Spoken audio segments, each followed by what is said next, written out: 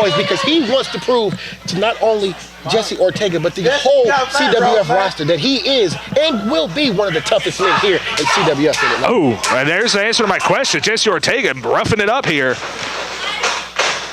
Man, big palm strikes. But Matt Smith gets the head scissor. And Ortega better watch out. The front row scattering like flies. Man up top, springboard drop kick.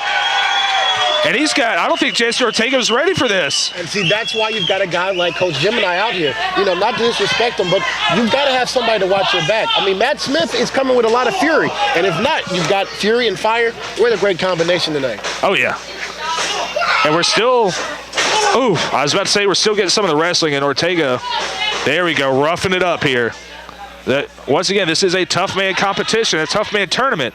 The idea behind it is to find out who is the toughest man in CWF. Later on, you're going to see Kandrack and Mecha Mercenary in another tournament match. You know, I think it was a good idea for Corey Edsel to start this tough man tournament. You're kicking it off with Matt Smith and Jesse Ortega. Like you said, you've got Kandrack and Mecha Mercenary. You've got Mark James in this tournament as well. It's going to be a lot of heavy hitters, it seems like, here in this tough man tournament. So definitely kudos and props to Corey Edsel, Commissioner Corey Edsel. Yes, Commissioner. Yeah, a lot of big heavy hitters, and we pointed out at the last show, Matt Smith is the smallest man entered into the tournament. He has got the biggest uphill climb, especially with Coach Gemini over there. Looked like he's trying to take out the hand of Matt Smith. He's trying to make sure, it seems like, that trying to get Jesse Ortega that upper hand advantage. But that's what he does. I mean, it's one of those things you kind of expect it going in. You shouldn't be surprised when it happens. And it looks like Jesse Ortega, aside from that brief spurt earlier, is pretty well content to keep this a wrestling match.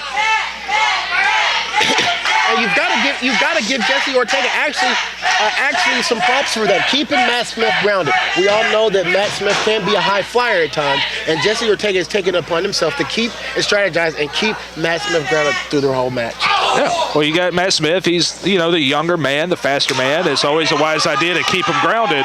And look at Matt Smith fire back with the chops. There's the heavy hitting that we wanted to see.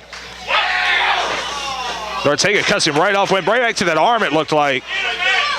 Now that's the veteran move right there. You pick a part of a wrestler and you make sure you capitalize on that particular part. A la one of the greats, Four Horsemen Zone, Arn Anderson. That's right. The Andersons were well known. Sometimes they talked about that. You would come out without your arm after you're done with the Andersons. And Jesse Ortega kind of follows that pattern. Focusing on the arm of Matt Smith. And Matt Smith's in a lot of pain. We saw the hammerlock suplex a moment ago, even doing more damage to that arm.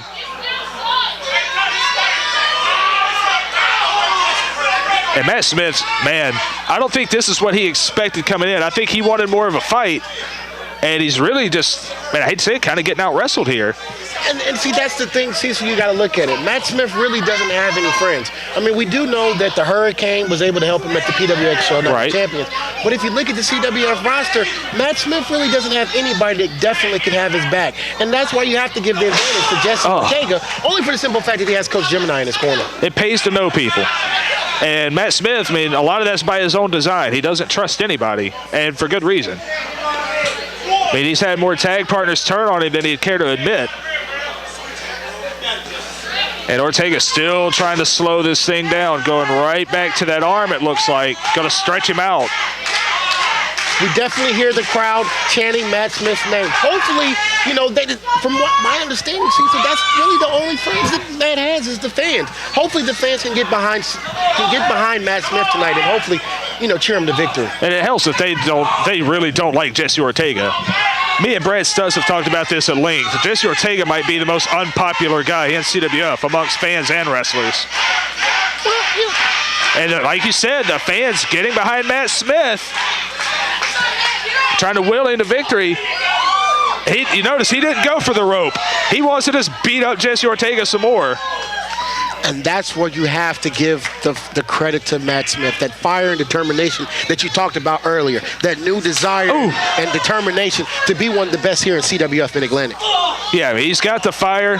He needs that big win, and he's getting there. He's been getting some big wins lately, some big upsets. This would probably be his biggest win yet. Oh, nice O'Connor roll there. And Ortega goes into the Fujiwara armbar. Man, nice transition. It looked like he had no interest in getting that 3 count. He wants a submission. And Matt Smith might have to give up the GOAT here. The crowd is cheering for Matt Smith. Hopefully he can use this to his advantage. The crowd has seemed to be a pro Matt Smith crowd right now. But he's going to need it. I mean, this is Ortega's patented hold here, and he's actually fighting his way out of it. He needs to roll through.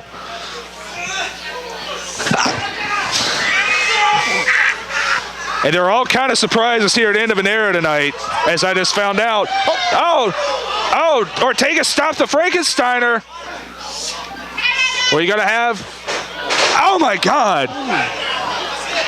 Oh, my God. Matt Smith landed right on his face. And Matt Smith was able to kick out. There you go. That the fire and determination from Matt Smith.